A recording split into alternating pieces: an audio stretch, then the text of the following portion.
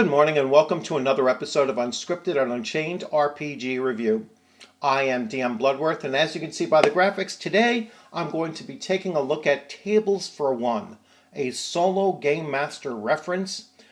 This is written by Michael Stasis. I'm hoping I'm saying his name right. And I'm going to give you a full run through of it. So I'm actually going to utilize it as I go through so that you can see and judge for yourself whether it's something that you'll find useful to you. You can look this up on DriveThruRPG through my affiliate link. And so you just go through the affiliate link that is in the description of the video, and then just type in Tables for One. You can also look it up through, let's see, their publisher is Swords and Solitude. So either of the two. So without further ado, let me just make sure that the PDF is all set for you to take a look at as I go through. Sorry about that little switching up here and there on the interface. So anyway, let's go right to it. And here you go. Tables for One, a solo game master reference. And this is by, as I stated, Michael Stasis. So what is this?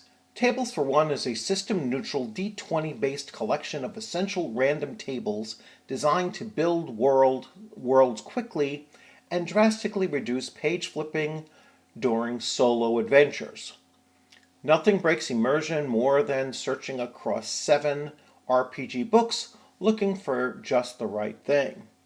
By mounting these pages across 5 pieces of heavy cardstock, the tables function as a GM screen, intended to be placed on top of your table and referenced at a glance. All right, so he goes and continues to explain, some of the basics. Kind of understand that. Tables begin with a quest, used to instantly drum up ideas for main missions and side quests. The categories are action, do this, subject, to or with this, motivation, of a quest giver, NPC or you. The objects are artifacts, rollable items for any point in the adventure. This is followed by an overland travel, used to populate hex crawls with terrain, compass, weather, vegetation, points of interest, random encounters, traveling parties, monsters, animals, and so on. Next is location, settlement structures. These tables include types of settlements, buildings, size, conditions, uses, and materials. Next, you will find easy NPC generators for commoners and highborn people. These tables have names, occupations, and character traits. On the last panel, we have the oracles. Ask questions is the heart of the soul of solo roleplay. It is the engine that drives the narrative. Need a yes or no question answered, decide on its likelihood, and roll yes or no table. All right. So again, these are really designed for solo play, and basically a GM-less system. But I could definitely see that it's also, possibly a very fast side quest generator. So let's take a look at it. What I'm going to actually do is, so this is what it will look like if you print it all out and mount it on, it looks like there's 1, 2, 3, 4, 5 panels. I believe it was 8 pages, so they're not including the cover and the thing, so probably 5 panels. So 5-panel board. It does not come with these accessories. And let's start. So what I'm going to do is I'm actually going to roll along. I have my D20 in hand. I have my piece of paper so I can start recording some of the things. Now, he does advise that if you come across a result that really doesn't make sense, or you see a table that you're not going to bother using, just skip over it, and that's fine. or if you didn't like what came up, you can always re-roll. But I sometimes like to see what happens, like what kind of a story you can develop. So I rolled an 8 for action. So I am going to deliver. So I'm going to be delivering something. What am I delivering? Subject. 18. I'm going to record this actually. So 18, and I am delivering a prison. That's weird. We'll see. The motive. Prison doesn't have to actually be a structure. It could be something, a prison like a gemstone. That's a prison. So 2, the motivation is guilt. All right, and the object. The object that is the prison, 14, is a knife. 14, a knife. So, there is a knife that has a gemstone on it where someone's soul is imprisoned, and the person wants me to deliver this knife to them out of their guilt. Maybe they had caused this action to happen. So overland travel, so it gives you a... I don't think there's a roll here. This is just to generate the hex. So I'm not going to bother with that right now. Vegetation density. I'm not going to bother with that at this point. The weather, always nice to know what the weather is going to be like. So weather, wind, precipitation, snow, and potentially snow and cloud coverage. So let's see.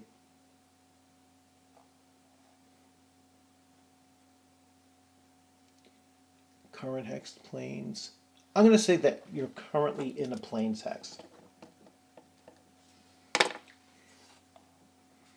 And the vegetation of that plains hex is, let's say it's moderate to begin with, and the vegetation, I will go back to this. The vegetation is going to be sparse. Sparse. Vegetation. The temperature, I rolled an 8, is going to be mild. The wind is 13, is going to be moderate. The precipitation, I rolled a 14, it is going to be misty.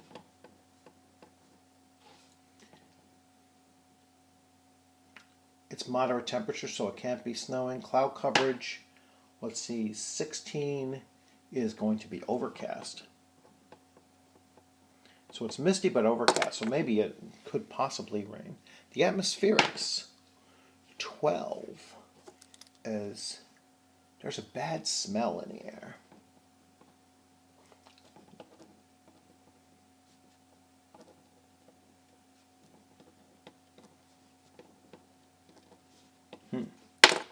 Maybe there's something dead in the plains. Swamp plants, we're not in the swamp. Plains plants. I rolled a 16, so there's goldenrod.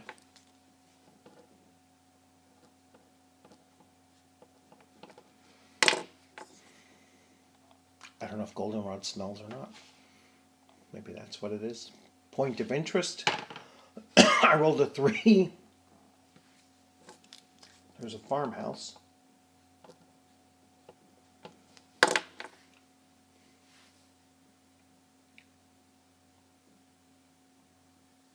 Any traveling parties?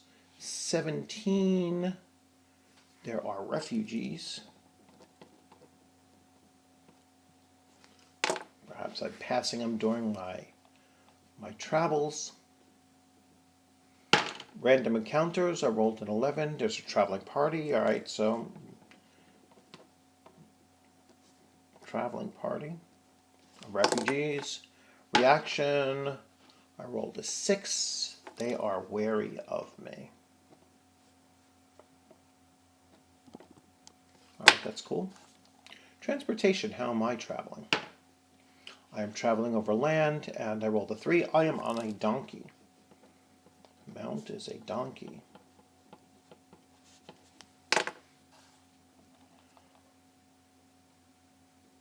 Monsters, roll twice for hybrids. I didn't see anything that...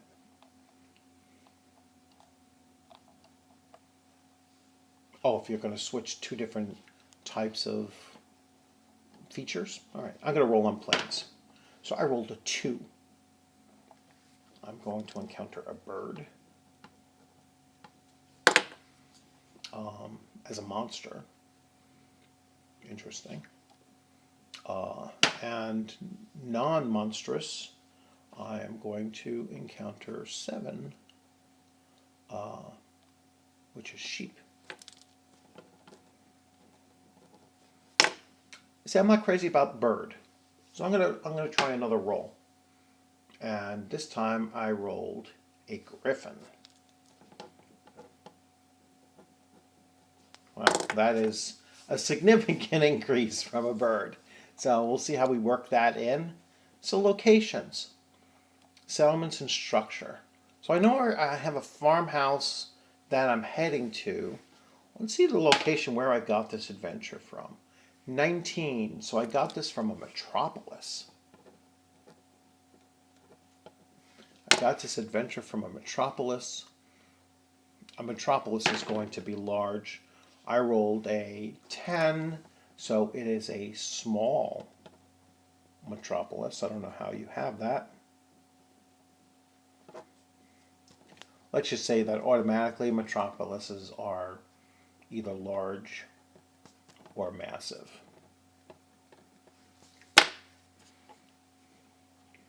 The structure in which I got this adventure from is a 3, a mansion. All right, so a mansion. So now I'm being asked by someone who's probably fairly wealthy, the condition of that mansion. I rolled a 19, so great condition. Further includes wealth, materials. I'm not going to deal with that.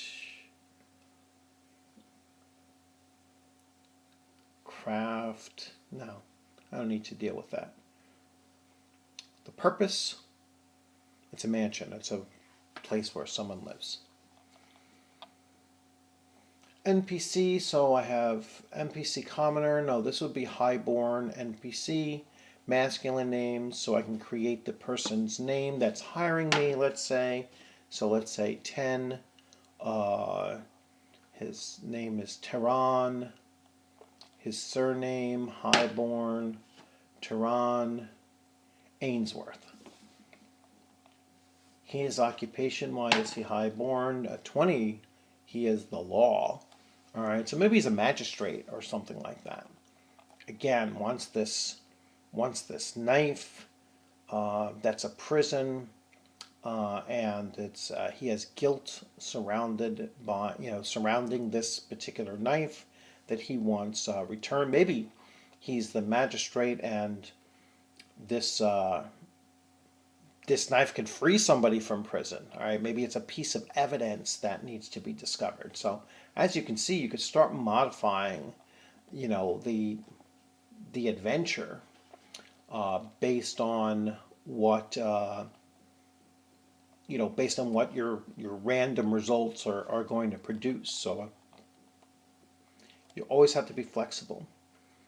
Remember, you're playing solo, or you're just crafting something on the fly, and so takes a few minutes. Like if you have a group of players there looking to play, it's like, all right, everybody take a 10-minute break, and I'll throw something together for you really quickly, and this is kind of proving to do well with that.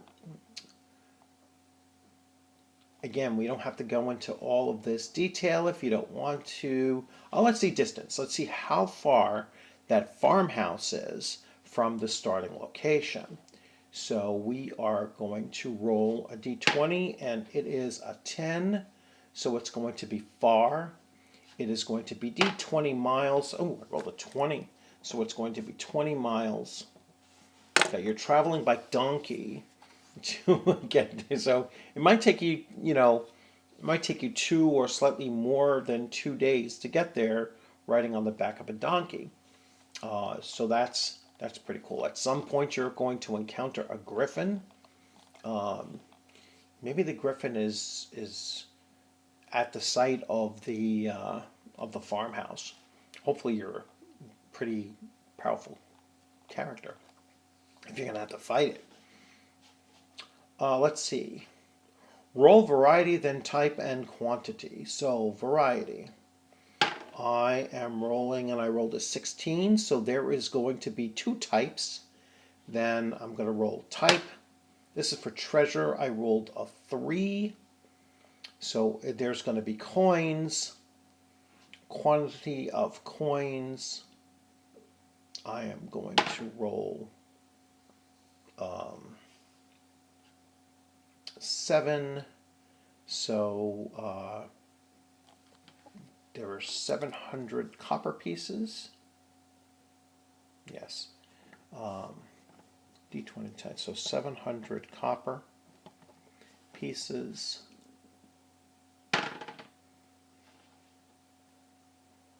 And that's it. And now I'm going to roll on. Originally I rolled.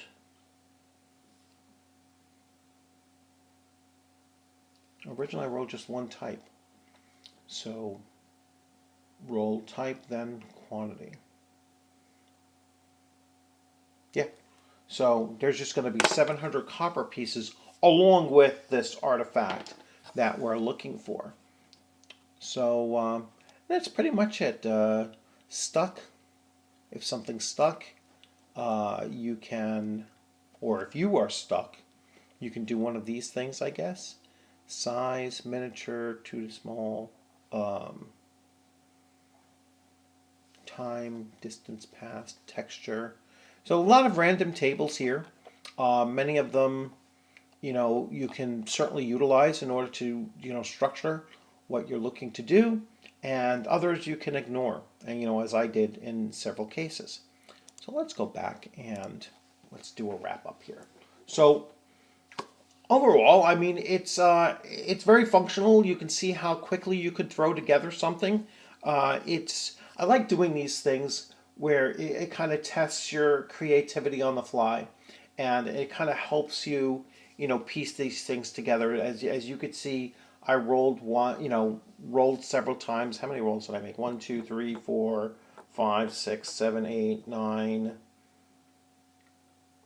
10, 11, 12, 13, 14, 15, 16, maybe 16, 20 rolls in order to just look at it. I discarded a few and tried something else. And then I modified the story probably once, possibly twice during the course of doing this, just to make it kind of fit with the results that I had without just totally discarding the results that I rolled up as well. And I have other systems that does this. I mean, you have Worlds Without Number, which is, a $50 book that does this. And then I have, various adventure decks that does this as well, which are still more expensive than this here. And then there is this here, which is a less than nose, slightly different, format to it. Whether you want a big book here, or you just want a PDF that you can then mount yourself, or you could have a deck of cards that does this. So overall, pretty cool product. I enjoy using it, and I would certainly keep this. Because I don't do very much solo play. So I would keep this on the side, like I said earlier on, in the event of a in the event that I have several players who can't make it to the game session, but other players want to just continue on, and hey, maybe we could just do a little side quest, and this is a great side quest generator. So if you're interested in taking a deeper look at it, you can go to DriveThruRPG. As I stated earlier, you can go through the affiliate link that is in the description, and then you just type in tables for one.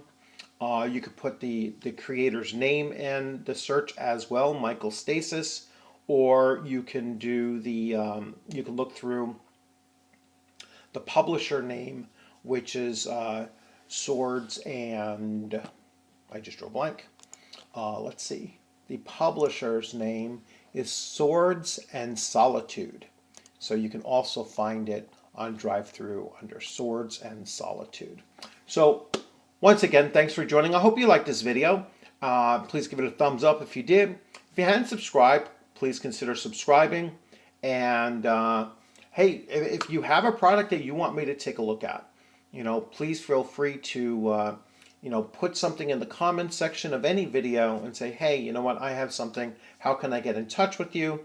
And then I will give you how you can find me on Facebook. That's usually the easiest place to find me. So Edward James Bluddworth on Facebook. You can reach out to me there, and then in message I will private message you my email address, my Gmail account, where you can then send me the PDF. I will get around to reviewing it. Like this one was a little bit of a delay. It took me probably about 10 days to get around to this, so I apologize for that. I usually try to get a quicker turnaround than that. If you have a Kickstarter that you currently have active, then I will take a look at the Kickstarter, and if it's something that I'm confident enough to back, then I will put that out there for you to know that, hey, this isn't a Kickstarter that I just thought was something that's cool. This is a Kickstarter that I actually put my own money behind, and so you can take that for whatever it's worth. So if you have anything Kickstarter wise that you want me to take a look at, leave that link in the in the comment section, or at least tell me what the name is, because sometimes YouTube is funny with posting links. They think that they're spam or whatever, so and they might delete your comment. So as always, love to see your products coming out there. Please subscribe. The more subscribers there are, the greater these videos hit the analytics correctly, and it really spreads the word out there, and brings more people to the channel, and more comments that come in, and more things for me to take a look at. So it's kind of like, it's not just I like subscribers so I can say, oh, I got this many subscribers. It's about the reach of the channel, and it's about people reaching to me and saying, hey, take a look at this product. If it's a product that I'm confident to talk about and show off to you, then I certainly will, as this is evidence of that. So once again, thanks for joining. Enjoy your rest of your week. I know it's Monday, so it's the start of a new work week for many of us, and not me, I'm retired, but it is the start of a new week. So enjoy yourselves, have a good time at the gaming tables, and I look forward to seeing you at a gaming table or game screen sometime soon as well. Have a great day. Take care.